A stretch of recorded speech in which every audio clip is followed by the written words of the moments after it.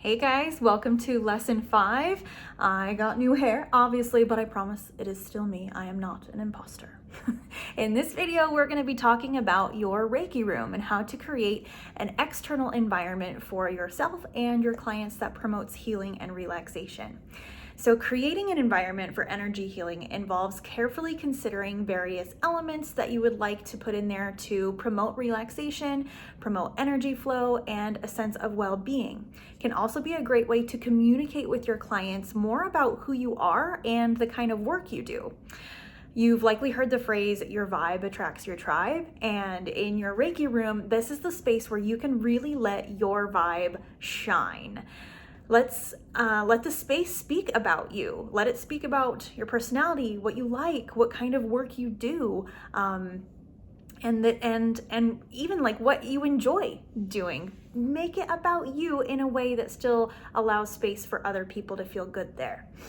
Make your Reiki room a place that you enjoy being, because the hope is, and the likelihood is, that you're going to be spending a lot of time there. So make it a space that feels really, really good for you to be in. The space that I am in right now is actually not my Reiki room. This is my home, and I spend a lot of time curating my home environment for a space that feels good for me to be in. You can see I like plants. I'm an artist, and so I put like art little doodads on my walls too, and I have the same kind of vibe in my healing space. You guys will see that in a video later in this section. Or in this lesson, and I'll show you my space and why I have put the things that I have put in there. So let's talk about some key aspects to consider when creating your Reiki environment. Priority number one is always comfort and safety. Ensure that the space is physically comfortable with appropriate temperature, lighting, ventilation. If the room is too warm or too cold, it can actually create a distraction and take away from the healing process. If the sun is blinding your client's eyeballs or your eyeballs, that can make it really difficult to focus on channeling that healing energy into your client and staying in tune with your intuition. And actually, in the space that I am in, there were not always blinds in the windows, and I would get the midday sun real good. And I was facing the windows when I was talking and consulting with my clients, and I would have to like scoot my chair around to chase this shadow that happened. It wasn't fun, and it was pretty distracting. So even something as simple as lighting can really make a big difference in your space. Remove any potential hazards such as loose wires, broken light bulbs, or toxic chemicals to create a safe and secure environment. Let's talk about cleanliness and organization. Maintaining a clean and clutter-free space promotes a sense of order and tranquility. How would you feel if you walked into a health spa and you noticed there was lots of dust, there was like piles and stacks of paper and clutter everywhere, there was an apple core from yesterday's lunch sitting on the table? Like, how would you feel if you walked into a health spa and saw that? Not ideal, right? Organization and cleanliness contributes to a harmonious atmosphere that supports healing. When your Reiki room is free of clutter, it signals to the client that this is a space where they can let the clutter of their minds or their lives, just let that go and be at peace. When your space is clean and organized, it helps the client go, this is a place where I can let it all go. Okay, let's talk about color and decor. Color, okay, as I mentioned, I am an artist, and color can go so far in creating a vibe, creating an environment for your space. And I recommend choosing colors that are calming and soothing, such as like blues or greens or more earth tones. When we get into the louder, brighter colors, that creates a different experience. And now, if that's the kind of vibe that you want for your Reiki healing room, go for it. Like, if your vibe is loud and proud and you're a very energetic person and want to bring a lot of like passion and life and vitality into your practice, absolutely let that be reflected in your space. However, if you're not quite that way, if that's not your style, if you're more of like a soothing, calming kind of vibe, that's my personal work vibe. My home vibe is a little different, but when I'm at work, I like to create an environment that's very calming and very soothing. And so choosing colors like lighter greens, lighter blues, and earth tones can help to create that feeling in the environment. Use decor elements like plants, crystals, artwork that promotes positive emotions or connection with nature or higher power. Often tapestries are used in healing rooms, and those are a great way to cover a whole wall and create such a stylized space there with just so easy. With just one thing, you can cover a whole wall, and that's especially great if you can't paint in your Reiki space. So use decor that you like, that you feel good about, and that will also promote what it is that your work does, how your work helps people. Okay, we talked about lighting. We'll talk about it a little more here because this is something that's actually very important. Using soft and natural lighting can help create a warm and inviting atmosphere. So soft and natural lighting could look like maybe a series of multiple lamps that you can turn on and turn off. And like if you want it a little brighter, you can have that, or you can turn them off and make it a little dimmer.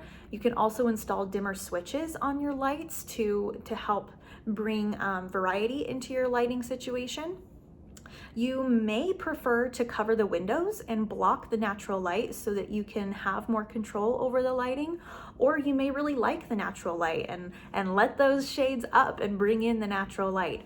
Whatever your vibe is good. Just make sure that you're intentional about it and that the lighting isn't harsh or, like I said, blinding your eyeballs with the sunshine. If you have a window that brings in direct light, I do recommend having a curtain, blinds, or shade to cover it, just so, we don't get the sun in our eyeballs. Adjustable lighting can allow for customization of the client experience. You can use, like I said, several lamps to create this effect or use dimmers. Okay, let's talk about the sound environment. Consider incorporating soft music or nature sounds or other calming auditory elements into your space, such as a water fountain or even just a simple noise-making machine. Those are fairly easy to find and purchase. You can get them for as little as $20. I have a sound machine that I use in my room that plays the sound of just running water. That's the one I like. There are other settings, but I like the water one the best. And then I also play music from my phone connected to a Bluetooth speaker, just soft, peaceful meditation type music. Ensure a quiet environment or use soundproofing measures for your Reiki room.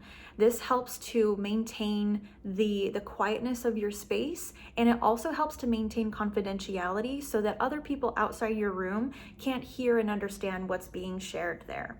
Keeps the session private when we use soundproofing methods or layering other sounds to help muffle what is being said in the session.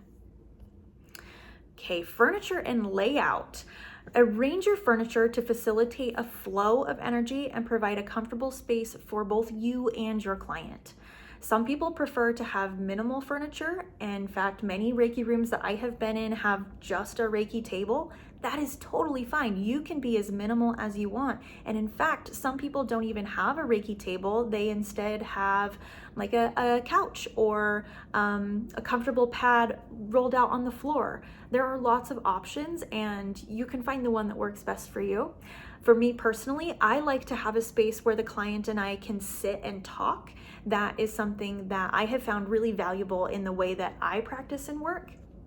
So I have 2 chairs set up and a Reiki table, and I have some shelves and some side tables and things. Like I said, I'll show you all those in another video. But just using what feels good for you is what's important. Some people prefer, like I said, to have more minimal furniture. Other people prefer to have more maximalist, where they have like different areas for different kinds of seating and relaxation, maybe a corner with a bunch of poofy chairs or bean bags or cushions. And and of course the Reiki table. So using ergonomic furniture and supportive cushions can help enhance the experience of relaxation. So another thing that can go into creating the physical environment for your working space is aromatherapy. Integrating subtle scents through essential oils or incense, or I don't recommend scented candles always because there can be lots of chemicals in those, but if you can find scented scented camels, oh my gosh, candles, scented candles that are free of chemical fragrances, those can be a great option as well. Consider the preferences and sensitivities of your clients before using these things. Some people are allergic to certain chemicals or very sensitive to certain smells. This is something that you can include on your client intake form. You can just say like, are you allergic or sensitive to any essential oils or fragrances? If so, please describe. Really easy little like thing to add into your client intake form so that you're not irritating their senses when they come to see you. Let's see. Yeah, I really like to use essential oils. I have an essential oil diffuser. I also use incense in my sessions. So design your space with the intention of promoting healing and positive energy flow. Incorporate sacred symbols or objects that are important to you, that have meaning, that bring you peace or bring you a deeper sense of connection. And anything that holds personal significance to you is a great thing to put in your space. Having a healing environment is important for several reasons. And when I say healing environment, I just mean one that's intentionally created with healing in mind. And this is important because it facilitates relaxation. And when our clients are relaxed, that flow of energy is able to move between client and practitioner much more smoothly and effectively, and it deepens the healing experience for the client. A calming and well-designed environment helps individuals relax, which is crucial for the effectiveness of energy healing practices. This creating an intentionally healing environment also enhances energy flow. An organized and harmonious space promotes the free flow of positive energy, facilitating the healing process. It also promotes mental and emotional well-being, which is important for you and your client. A thoughtfully created environment can positively impact the mental and emotional states of both you and your clients that are there.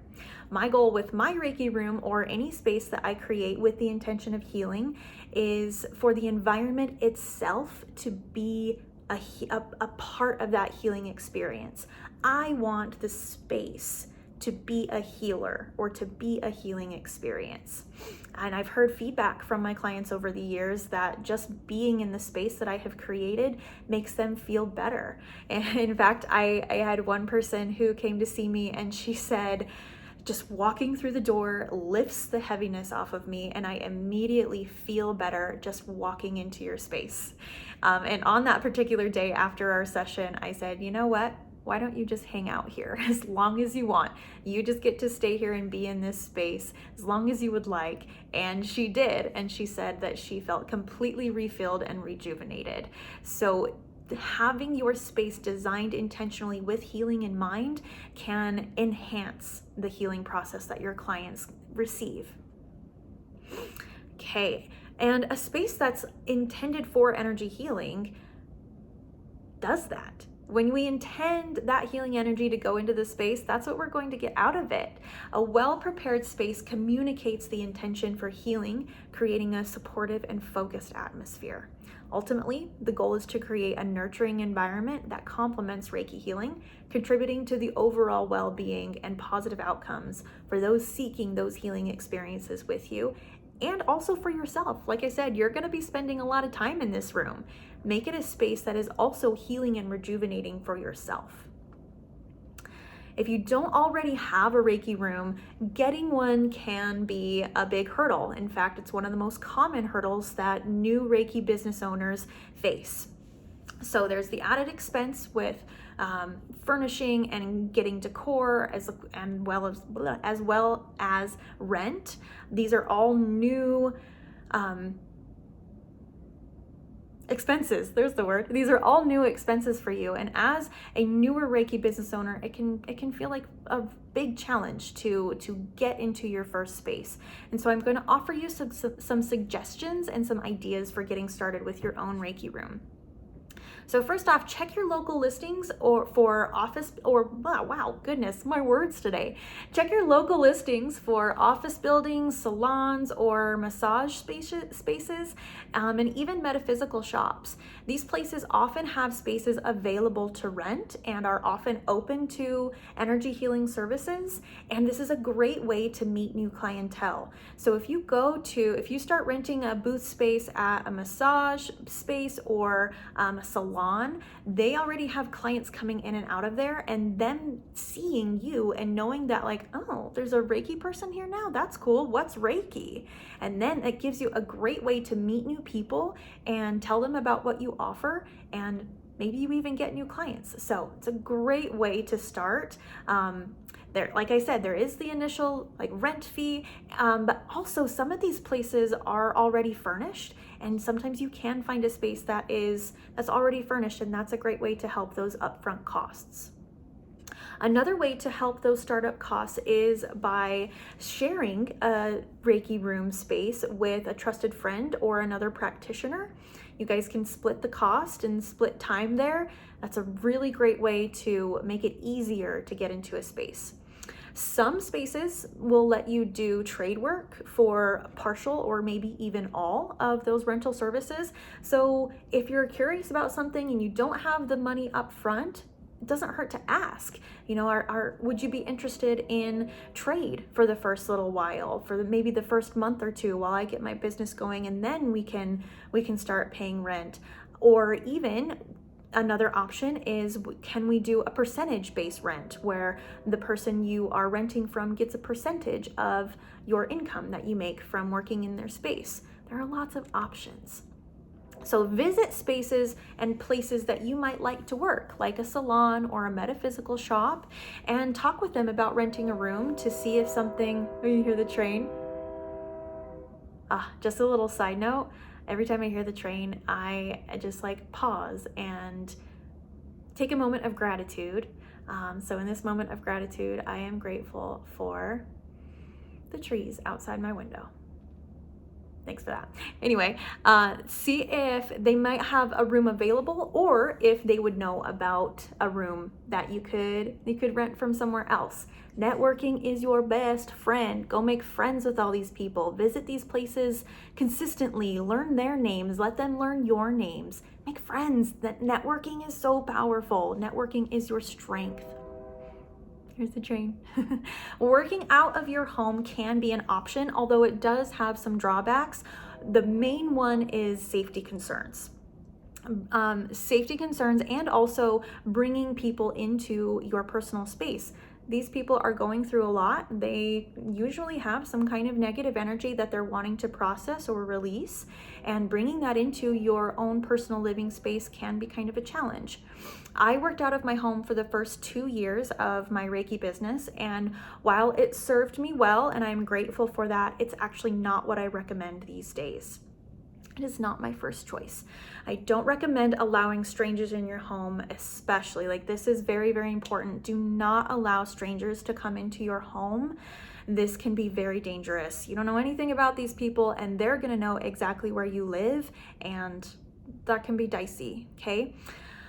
If you do have an at-home Reiki room, be cautious with who you work with. Make sure that you either know this person personally, or that you have a strong mutual connection with them that you trust. Make sure, if this person is someone you have not met before, that someone you trust has vouched for them. And even then, exercise so much caution. You can always do distance sessions with strangers first. Meet them over maybe a phone call or a video call. Maybe do a couple distance sessions with them first. And then once you get to know them a bit, if it feels good, you could invite them to do an in-person session, but please never invite a stranger into your home. Okay, so another option, if a Reiki room is not available to you right now, another option that some people do is they will travel to their clients. And this can be really good, especially if the client has a hard time leaving their home, like if they have a health condition or a physical condition that makes it really difficult for them to leave. Traveling to the client can be really helpful and good for not only them, but you as well, because then you're not paying rent somewhere. However, there are travel fees involved with that, so make sure to include that in your pricing. You don't want to be paying those travel fees every time you go see your clients. That costs you money and time, so make sure to build that into your pricing. The same rule applies here with strangers. Do not go to strangers' homes. Please, please, please do not go to strangers' homes. Let the same rules that applied to bringing people into your home apply here. Only go to people who you know. And in this case, I would not go into a space, even if it's like a trusted person that recommends them or vouches for them. No, if you don't have a personal connection with them, do not do it. And here again, another option is to do a distance session or two with them. And then if it feels comfortable, you feel good, then you can give it a try, but please just utilize so much caution. I want you to be safe so you can keep doing your good work. Okay, ultimately, the best Reiki room you can have is the one you can have. Sometimes we get to start out a little bit below our dream or vision, and that is okay because we're taking steps on that path toward that space. Your Reiki room is finding you, and as you hold that vision in your mind and heart, it brings it to you, and then you can know when you are there. I also recommend to get creative with your community and your problem solving. I don't have all the answers here. These are just some suggestions, some things I have tried and other practitioners that have tried. But what is so important to remember is, like I said before, your space is finding you. And as you hold that vision of what it looks like and what it feels like in your mind and heart, you will know the moment that you step into it. For years, I dreamed of having my own shop. I wanted a retail space and I wanted space in the back for healers to work from. And I knew that there were wooden floors and lots of windows and lots of light, and also light colored walls like white or just like a light gray or something. Like I knew the space was really bright and white, and there were wood floors. I knew those things. And I was not ready for the space when it found me, but my space found me, and I knew that it was my space after taking 2 or 3 steps into it. I took 2 or 3 steps into this building and paused and just went, oh crap, this is it. And I knew that that was in fact my space because I had been dreaming of it. It showed itself to me intuitively, and I knew the moment I stepped foot into it because I had held that vision and that feeling so strong in my heart and mind. And so I knew it right away when I stepped into it. Now, that's not the room I'm in right now. I absolutely love the room I am in right now, and it feels just as good, if not better, than the other place I was in. But that feeling of just knowing that this was my place after taking just a couple steps in was wild. And it just goes to show that when you trust your intuition, you are guided to what is meant for you. And what is meant for you will never not be yours. Also, what is not meant for you won't find you. It simply won't be yours. So stay open, stay connected with your intuitive guidance, and know that your space is so excited to find you, just as you are so excited to find it. And you guys are going to come together in perfect and divine timing. Thank you so much. I hope you enjoy the rest of the lessons this week, and I look forward to connecting with you guys. Have a great day.